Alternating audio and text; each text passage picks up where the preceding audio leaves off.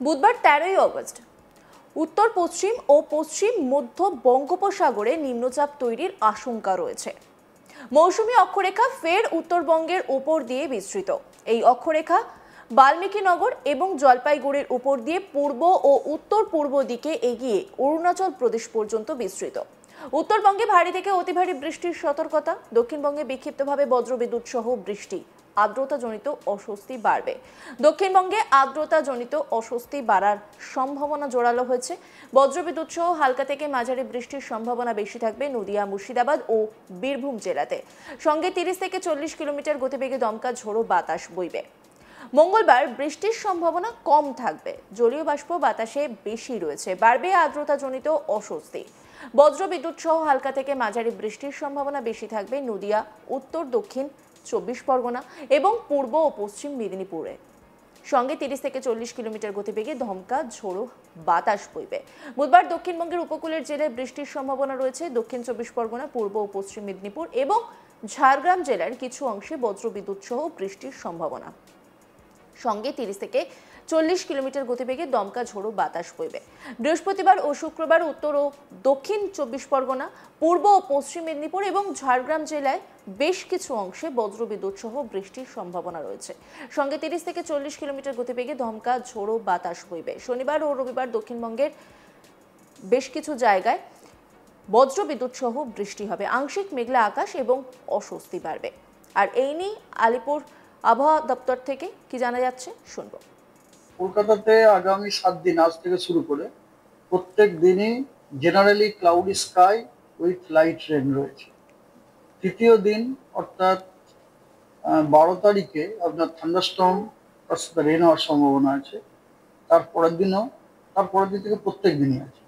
তার মানে ধরুন 10, 11, 12, 13, 14, 15, 15ই আগস্টে ধরুন যে কলকাতার আবহাওয়া হচ্ছে এরকম জেনারেলি ক্লাউডি স্কাই, আকাশ মেঘাচ্ছন্ন, তার সাথে দু এক পশলা বৃষ্টি থান্ডারস্টর্মের সাথে, এবং 16ই আগস্ট তাই। আর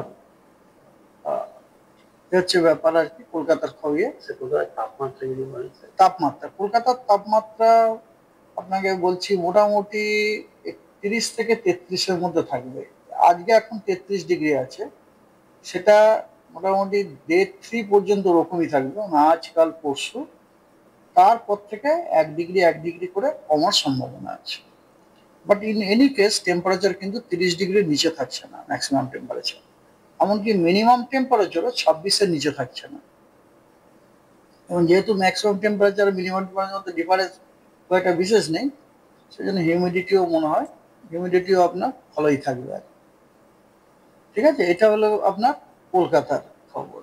আর জেনারেল যে ওয়েদার ফোরকাস্ট সেটা হচ্ছে যে আজকে বাদ দিয়ে দক্ষিণবঙ্গের প্রতিদিন প্রত্যেক জেলাতেই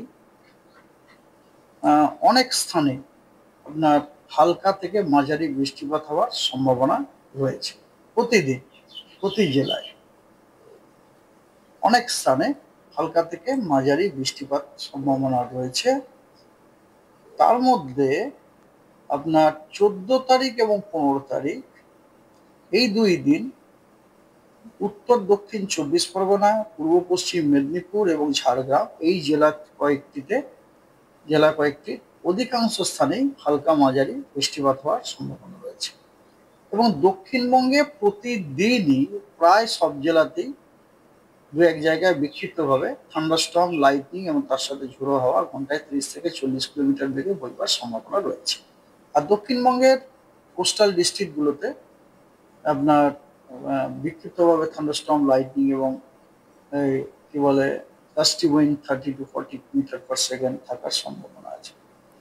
14-তে জলপাইগুড়ি এবং আলিপুরদুয়ার এই 2 জেলায় বিক্ষিপ্তভাবে ভারী বৃষ্টি হওয়ার সম্ভাবনা আছে। 14-তে ওয়েস্ট বেঙ্গলে দক্ষিণবঙ্গের সব জেলাতেই কিন্তু thunderstorm, lightning, gusty wind 30 to 40 metre per second থাকার সম্ভাবনা আছে। 15 তারিখেও দক্ষিণবঙ্গের সব জেলাতে আইসোলেটেড থান্ডারস্টর্ম, লাইটনিং এবং gusty wind 30 to 40 metre per second আছে। উত্তরবঙ্গে মঙ্গলবার প্রবল বৃষ্টির আশঙ্কা জলপাইগুড়ি ও আলিপুরদুয়ার জেলায়। অতি ভারী বৃষ্টির সম্ভাবনা দার্জিলিং, কালিম্পং এবং কোচবিহার জেলাতে। ভারী বৃষ্টির সতর্কতা উত্তর দিনাজপুর। বুধবার অতি ভারী বৃষ্টির সতর্কতা জলপাইগুড়ি ও আলিপুরদুয়ার জেলায়। বাকি 3 জেলায় বিক্ষিপ্তভাবে ভারী বৃষ্টির পূর্বাভাস। বিক্ষিপ্তভাবে ভারী বৃষ্টি দার্জিলিং, কালিম্পং ও কোচবিহার জেলায়। বৃহস্পতিবারে বিক্ষিপ্তভাবে 2-1 জায়গায় ভারী বৃষ্টি হতে পারে। আর পাশাপাশি আলিপুরদুয়ার ও জলপাইগুড়ি এই জায়গাতেও বিক্ষিপ্তভাবে ভারী বৃষ্টি হতে পারে। শুক্রবার থেকে ভারী বৃষ্টির সম্ভাবনা নেই উত্তরবঙ্গে। শুক্রবার, শনিবার, রবিবার বৃষ্টির পরিমাণ অনেকটা কমবে উত্তরবঙ্গে, তবে বজ্রবিদ্যুৎ সহ বিক্ষিপ্ত বৃষ্টি 2-1 জায়গায় হতে পারে। কি বলছেন সোমনাথ দত্ত, শুনবো। দক্ষিণবঙ্গে প্রতিদিনই প্রায় সব জেলাতেই 2-1 জায়গায় বিক্ষিপ্তভাবে থান্ডারস্টর্ম, লাইটনিং এবং তার সাথে ঝোড়ো হাওয়া ঘন্টায় 30 থেকে 40 কিলোমিটার বেগে বইবার সম্ভাবনা রয়েছে। তবে উত্তরবঙ্গের কিন্তু প্রায় ধরুন আজকে, আগামীকাল, আগামী পরশু, এই 3 দিন উত্তরবঙ্গের সব জেলারই অধিকাংশ স্থানে হালকা মাঝারি বৃষ্টিপাত হওয়ার সম্ভাবনা আছে। তারপরে 14-15 উত্তরবঙ্গের জেলাগুলোর অনেক স্থানে হালকা মাঝারি বৃষ্টিপাতের সম্ভাবনা আছে।